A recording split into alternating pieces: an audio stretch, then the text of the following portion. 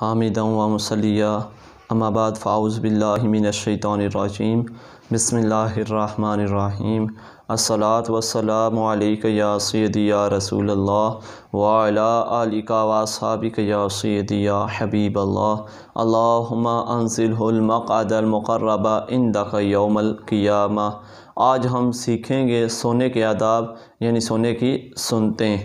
سب سے پہلے جب آپ بستر پر جائیں تو بستر کو اچھی طرح جھاڑ لیں۔ جھاڑنا بھی آپ صلی اللہ علیہ وسلم کی سنت مبارکہ ہے۔ اس کے بعد آپ صلی اللہ علیہ وآلہ وسلم نے ارشاد فرمایا کہ جو بندہ وضو کر سویا اور اسی میں اس کو موت آ گئی یعنی فوت ہو گیا تو وہ شہید کی موت فوت ہوگا۔ حضور صلی اللہ علیہ وآلہ وسلم کے سونے کا طریقہ یعنی مسنون لیٹنے کا طریقہ، آپ صلی اللہ علیہ وسلم کی سنت مبارکہ یہ ہے کہ آپ صلی اللہ علیہ وسلم دائیں کروٹ پر آرام فرماتے یعنی دائیں طرف منہ کر سوتے۔ تمام انبیاء کرام کے سونے کا طریقہ یہ تھا کہ آسمان کی طرف چہرے کو کر سوتے یعنی آسمان کی طرف چہرے کو کر کے سونا تمام انبیاء کرام کی سنت مبارکہ ہے۔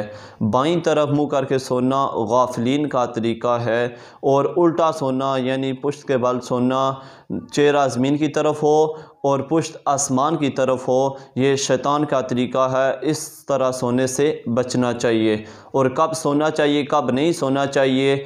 فجر کے بعد سونے سے رزق میں کمی آتی ہے، یعنی صبح تک سوئے رہے بندہ، اس طرح رزق میں کمی آتی ہے۔ حدیث مبارکہ میں اس طرح آیا ہے۔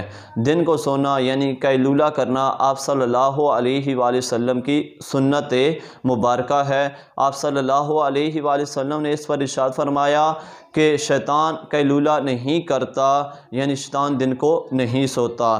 عصر کے بعد سونے سے حفظ میں حافظے میں کمی آ جاتی ہے، اس سے بھی منع کیا گیا ہے۔ اور مغرب کے بعد سونے کو سنت کے خلاف کہا گیا ہے کہ سنت کے خلاف یہ عمل ہے کہ بندہ مغرب کے بعد سوئے۔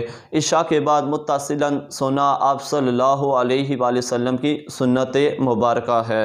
اور رات کو سونے سے پہلے سورۃ فاتحہ اور سورۃ اخلاص پڑھنا، آپ صلی اللہ علیہ وآلہ وسلم نے ارشاد فرمایا کہ جو بندہ سوتے وقت سورۃ الفاتحہ اور سورۃ اخلاص پڑھتا ہے وہ موت کے علاوہ ہر چیز سے محفوظ ہو جاتا ہے، یعنی اس کو کوئی چیز نقصان نہیں دے سکتی۔